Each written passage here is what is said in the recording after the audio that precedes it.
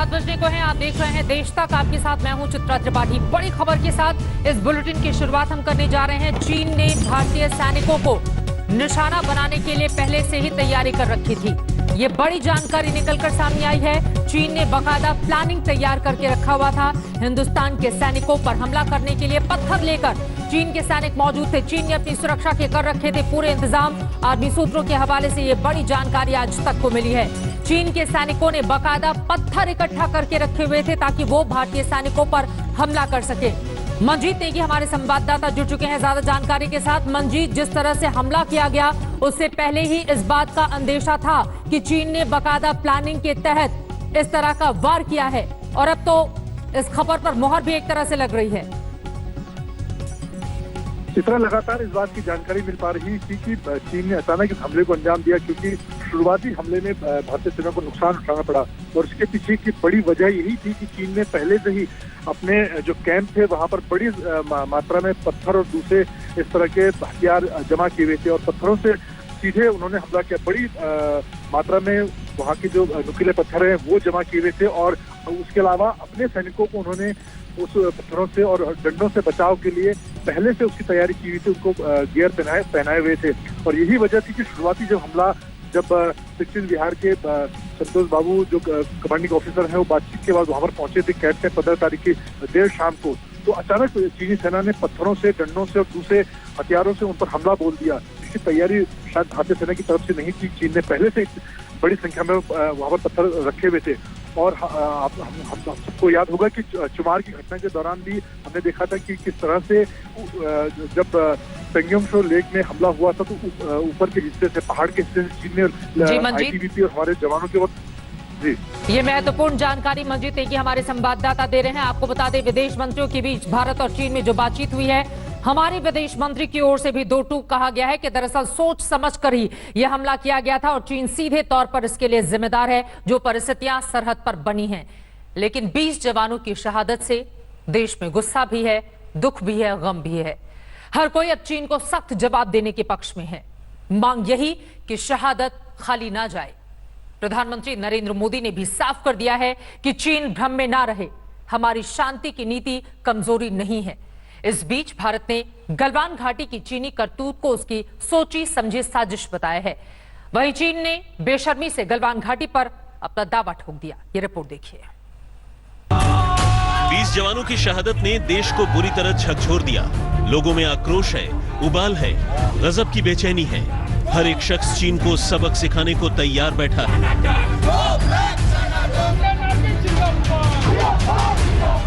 LAC पर जबरदस्त तनाव है। चीन और भारत की सेना बिल्कुल आमने सामने खड़ी है। सैटेलाइट से ली गई इस तस्वीर को ध्यान से देखिए। इसमें चीनी फौज का जमावड़ा दिखेगा।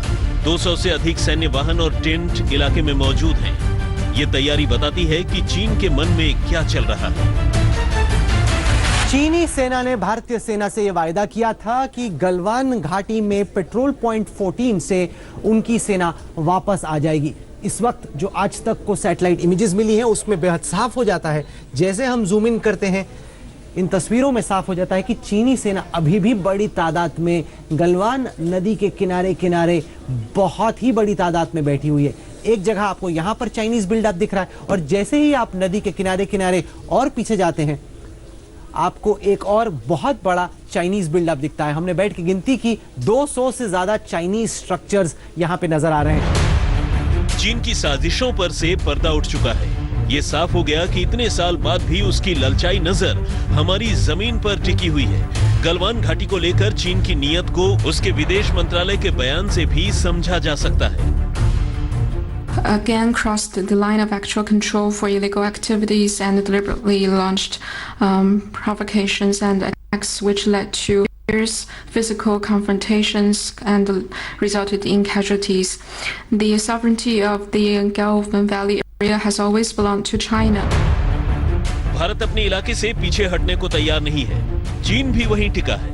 इधर विवाद के बीच दिल्ली में विदेश मंत्री एस जयशंकर ने चीन के विदेश मंत्री वांग यी से सीधी बात की है। जहां भारत ने चीन की हरकत पर सख्त शब्दों में ऐतराज जताया है, वहीं चीन ने भारत पर ही सीमा लांघने का आरोप लगा दिया, जांच की मांग कर दी, शांति का पाठ भी पढ़ाया। चीन के विदेश मंत्रालय के बयान के कुछ देर बाद ही भारत ने भी करारा जवाब दिया। भारत ने कहा कि गलवान घाटी में जो भी हुआ वो चीन की सोची समझी साजिश थी। चीन ने पहले से ही इसकी तैयारी की थी। जमीनी हालात बदलने की साजिश थी। जैसे एक चोर कोतवाल को डांटे, वो पुरानी जो कहावत है, चोरी इन्होंने किया और कोतवाल को ये डांट रहे हैं। अभी हमारे इलाके में आए और बोल रहे हैं कि हमने ट्रांसग्रेस किया है, हमने वॉयलेट किया है एलएसी को। तनाव के बीच आज फिर से दोनों सेना के अफसर गलवान घाटी में आमने सामने आए। दोनों तरफ से मेजर जनरल स्तर के अधिकारी विवाद को कम करने की कोशिश कर रहे हैं। सेना ने साफ कर दिया है कि वो अपनी सरहद की रक्षा के लिए हर कदम उठाने के लिए तैयार है, पूरी मुस्तैद है। रक्षा मंत्री राजनाथ सिंह ने तीनों सेना प्रमुख और चीफ ऑफ डिफेंस स्टाफ के साथ बैठक की है। सेना हर हाल के लिए तैयार है। चीन से मिले विश्वासघात का जख्म गहरा।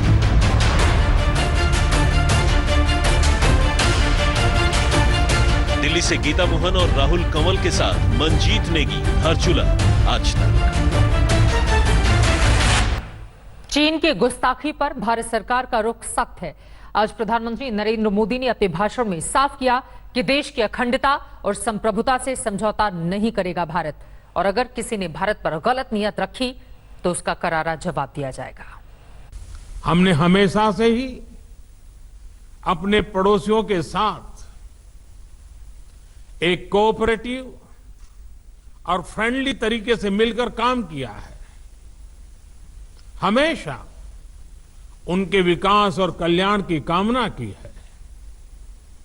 जहां कहीं हमारे मतभेद भी रहे हैं, हमने हमेशा ही ये प्रयास किया है कि मतभेद विवाद न बने, डिफरेंसेस डिस्प्यूट्स में न बदले।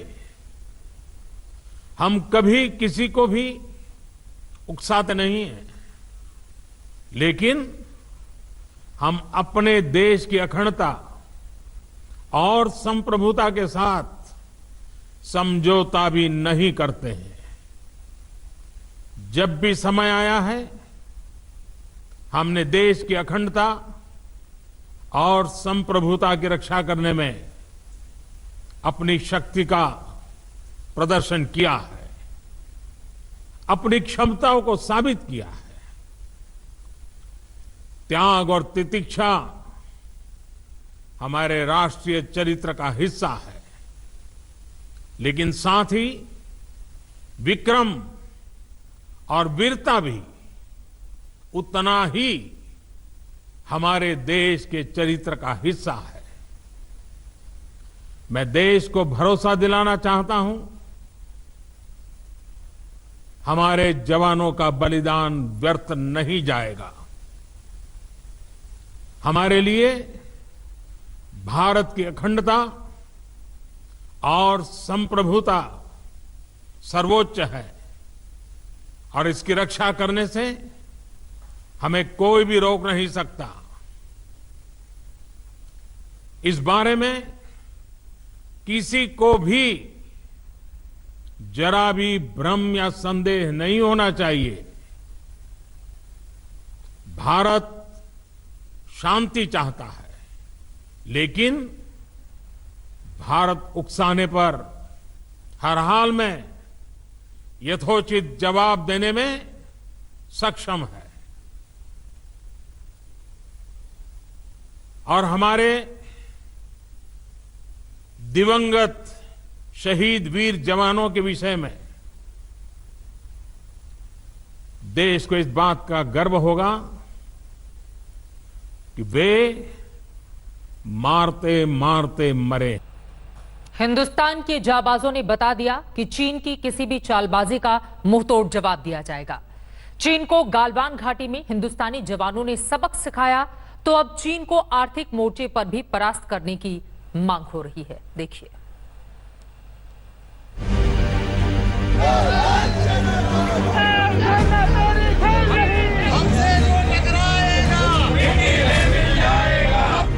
अपने रक्त से पराक्रम की कहानी लिखने वाले जाबाजों ने गलवान घाटी में चीनियों को तो सबक सिखा ही दिया है, अब चीन को कूटनीतिक स्तर पर भी चित करने का समय आ गया है। खबर है कि आर्थिक मोर्चे पर चीन को करारा झटका देने की तैयारी हो रही है। Delhi Meerut regional rapid transit system project चीन की कंपनी से वापस लिया जा सकता है। ये प्रोजेक्ट संघाई की कंपनी के पास है। सरकार की तरफ से पुनर्विचार किया जा रहा है और न सिर्फ दिल्ली मेरठ RRTS प्रोजेक्ट पे बल्कि अलग अलग जो चाइनीज कंपनियों के द्वारा भारत के अंदर काम किए जा रहे हैं, जिन प्रोजेक्ट को किया जा रहा है उन पर भी विचार किया जा सकता है, क्योंकि जिस तरीके से चाइना ने कल हरकत की है उसके बाद भारत अलग तरीके की कूटनीति बनाना चाहता है और वो चाहता है कि सिर्फ कूटनीति ही नहीं बल्कि चाइनीज कंपनियों का भी बहिष्कार अगर किया जाएगा, उनके प्रोजेक्टों को रद्द किया जाएगा तो चाइना के ऊपर दबाव बनाया जा सकता है।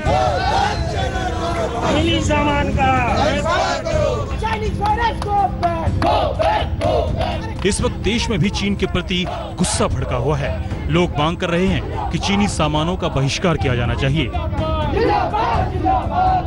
लोग विरोध प्रदर्शन कर रहे हैं। ये तस्वीर कोलकाता की है। कोलकाता में चीनी कॉन्सुलेट के बाद ABVP के कार्यकर्ताओं ने जमकर प्रदर्शन किया। दिल्ली में स्वदेशी जागरण मंच के कार्यकर्ताओं ने 3 मूर्ति पर प्रदर्शन की कोशिश की, लेकिन पुलिस ने उन्हें हिरासत में ले लिया।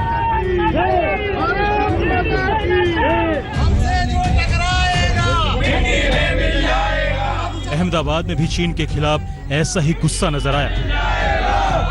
लोग चीनी सामानों के बहिष्कार की अपील कर रहे हैं। यूपी के महोबा में चीन के सामानों की होली जलाई गई। चीन के खिलाफ लोगों का गुस्सा चरम पर है। देश उबल रहा है। वो चाहता है कि चीन को हर हाल में सबक सिखाया जाना चाहिए। आज तक ब्यूरो। लद्दाख में LAC पर भारत चीन के बीच इस वक्त जबरदस्त तनाव का माहौल है और इन सब के बीच देखिए आज तक संवाददाता श्वेता सिंह की लेह से ये निर्भीक रिपोर्ट। हम इस समय जहां पर मौजूद हैं, इस जगह से आप भारत की चुनौतियों को अच्छी तरीके से समझ सकते हैं, भारतीय सेना की तैनाती को अच्छी तरीके से समझ सकते हैं। आप मेरे ठीक पीछे जो हिस्सा देख रहे हैं, ये दरअसल आप आगे इस सड़क पे जाएंगे तो वो गलवान वैली, गलवान घाटी का इलाका है और उसके आगे वो अक्सई चीन, जिसे लेकर चीन अलग अलग दावे करता है, ऐसे दावे जो पूरी दुनिया में किसी भी तरीके से विश्वास के काबिल ही नहीं है।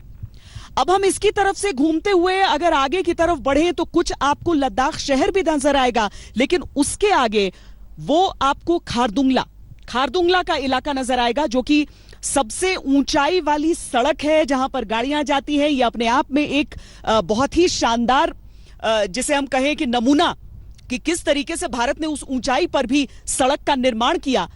वहीं से आगे होकर सड़क जाती है सियाचिन की तरफ, जहां पर हमारा दुश्मन है पाकिस्तान, यानी वहां पर पाकिस्तान।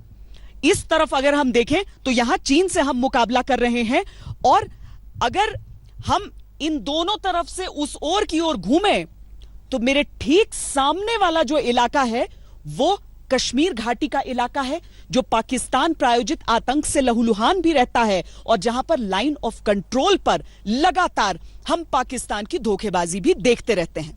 कैमरा पर्सन सैयद मोहसिन के साथ श्वेता सिंह, लद्दाख आज तक। चीन सेना पर तनाव बढ़ा तो सेना सतर्क हो गई है। आपको बता दें, चीन की जिस तरह की गुस्ताखी हरकत निकलकर सामने आई है, लद्दाख की तरफ फौज की आवाजाही बढ़ गई है। उत्तराखंड समेत चीन की पूरी सीमा पर सुरक्षा बल इस वक्त अलर्ट पर हैं। सरहद पर चीन की बदनीयती सामने आई तो सेना ने कमर कस ली। पूरे LAC पर पहरा बढ़ा दिया गया। सेना सामरिक रूप से महत्वपूर्ण ठिकानों पर तैनात हो रही है। LAC की तरफ जमावड़ा बढ़ता जा रहा है। सेना के ट्रकों में भरकर साजो सामान सरहद के करीब पहुंचाए जा रहे हैं। दशकों में पहली बार भारत और चीन की सेनाओं के बीच लाइन ऑफ एक्चुअल कंट्रोल पर हिंसक झड़प के बाद पूरे लाइन ऑफ एक्चुअल कंट्रोल पर तनाव बना हुआ है। इस बीच भारतीय सेना ने एक बार फिर चीनी सेना को लाइन ऑफ एक्चुअल कंट्रोल के उस हिस्से में वापस जाने को कहा है जहां पर वो अप्रैल के पहले हफ्ते में मौजूद थे।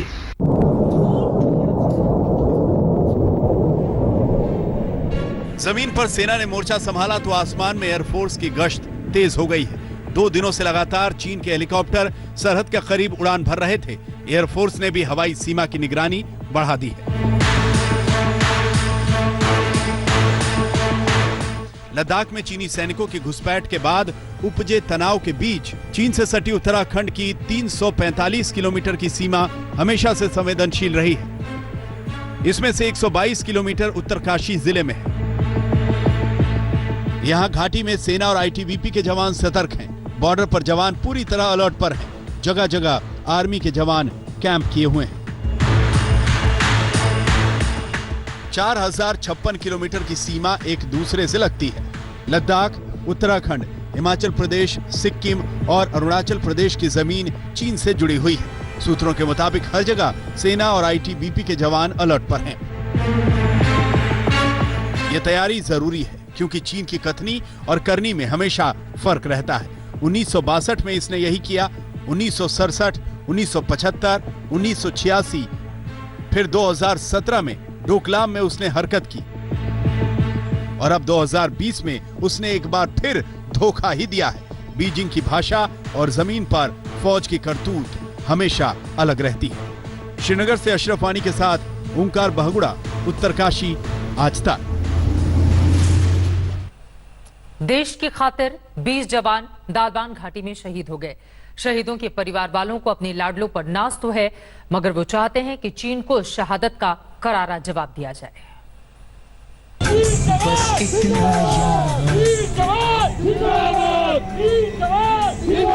एक साथी और भी था, जिन्होंने अपने रक्त से लिखी हैं सरहद पर वीरता की कहानियां। वो बहादुर तिरंगे में लिपटे हुए जब निकले तो देश के हाथ सलामी में उठ गए। कभी नहीं सोचा था किसी ने कि सरहद पर देश की सुरक्षा की जिम्मेदारी लेकर निकला परिवार का बेटा ऐसे भी लौटेगा। कमांडिंग ऑफिसर कर्नल संतोष बाबू 16 बिहार रेजिमेंट को लीड कर रहे थे। गलवान घाटी में वो निहत्थे चीनी सैनिकों को अपना वादा याद दिलाने गए थे, लेकिन उन्हें क्या मालूम था कि चीनी सैनिकों की नीयत में खोट होगी। तेलंगाना में सूर्याकोट के उनके घर में मातम पसरा है। परिवार चाहता है कि चीन की दगाबाजी का माकूल जवाब दिया जाए। As a parent, I have my own grief and my deep worry. So, as a citizen of India, as a defense family person, I feel proud of my son. I feel proud of my son. Jharkhand के साहिबगंज में शहीद कुंदन ओझा के घर में बेटे को खोने का गम है। घर वालों की गुजारिश है कि ये शहादत बेकार न जाए। चाचा वीर सपूत पे ऐसे ना रोए के, वीर सपूत ना हवा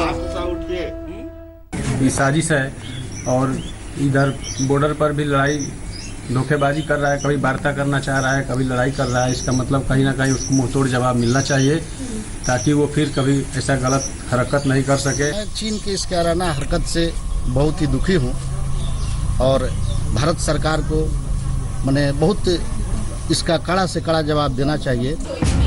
बिहार के समस्तीपुर के लाल अमन सिंह भी चीनी सैनिकों की झड़प में शहीद हुए। रात 8 बजे पिता को शहीद होने की सूचना मिली, तभी से पूरा गांव घर पर जुटा है। इस वक्त हम शहीद अमन सिंह के घर पर मौजूद हैं। सुल्तानपुर गांव समस्तीपुर जिले में पड़ता है और जब से अमन के शहीद होने की खबर परिवार वालों को कल रात ही मिली है, उसके बाद से ही परिवार वालों का रो रो कर बुरा हाल है। 2014 में ही अमन जो है वो सेना में उसकी बहाली हुई थी और 16 बिहार में उसकी जो है बहाली की गई थी और 3 महीने पहले ही लद्दाख में उसकी पोस्टिंग हुई थी। अमन 2014 में सेना में शामिल हुए, 3 महीने पहले ही लद्दाख में पोस्टिंग हुई थी। अब बेटा शहीद हो गया देश के लिए, अब इससे और गौरव क्या हो सकता है और इससे ज्यादा हम क्या कहेंगे। पश्चिम बंगाल के बीरभूम में शहीद राजेश उरांग के घर में अजीब सी खामोशी है। माता पिता हैं, 2 बहनें हैं।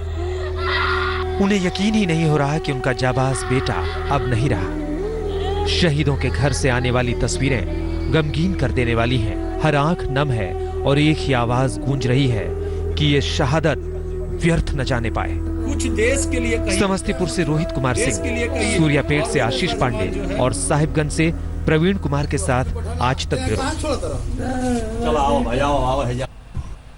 चीन के साथ झड़प में भारतीय सेना के 20 जवान शहीद हो गए हैं। आपको जो तस्वीरें हम दिखाने जा रहे हैं वो उन्हीं वीर सपूतों की है। निहार लीजिए इनको, ये देश पर मर मिटने वाली योद्धा हैं। इतनी सी है दिल की आरज़ू।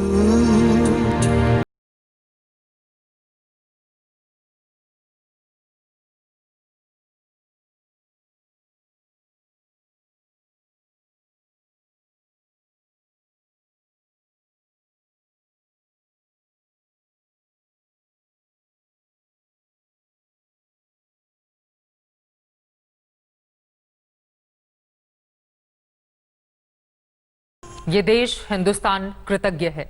आपका, आपकी शहादत को नमन। आगे बढ़ते हुए बात अब कोरोना की करेंगे, जिसका दिल्ली में कहर लगातार जारी है। दिल्ली में कोरोना के केस लगातार बढ़ते जा रहे हैं। वहीं इंतजामों को लेकर सुप्रीम कोर्ट बेहद सख्त नजर आ रहा है। देखिए,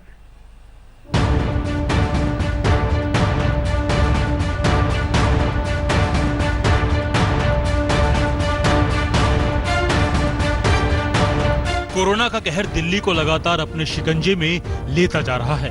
कोरोना की ये घुसपैठ अब आम आदमी पार्टी में बढ़ती जा रही है। दिल्ली के स्वास्थ्य मंत्री सत्येंद्र जैन का आज दोबारा कोरोना टेस्ट हुआ, जहां उनकी एक बार फिर रिपोर्ट नेगेटिव आई है। हालांकि स्वास्थ्य मंत्री की तबीयत अभी भी ठीक नहीं है, जिन्हें ऑक्सीजन सपोर्ट पर रखा गया है। वहीं आम आदमी पार्टी की विधायक आतिशी की कोरोना रिपोर्ट पॉजिटिव आई है। आतिशी को सर्दी खांसी की शिकायत थी। आतिशी ने खुद को घर पर क्वारंटीन कर लिया है। इससे पहले आम आदमी पार्टी के करोल बाग से विधायक विशेष रवि और पटेल नगर से विधायक राजकुमार आनंद भी कोरोना पॉजिटिव हो चुके हैं। उधर दिल्ली में कोरोना के आंकड़ों की रफ्तार कम होने का नाम नहीं ले रही है। 24 घंटे में 1859 नए मामले बढ़े हैं। वहीं 93 मरीजों ने दम तोड़ा है। इसी के साथ दिल्ली में कोरोना मरीजों का आंकड़ा 44,000 के पार पहुंच चुका है। वहीं 1837 लोग अब तक अपनी जान गंवा चुके हैं।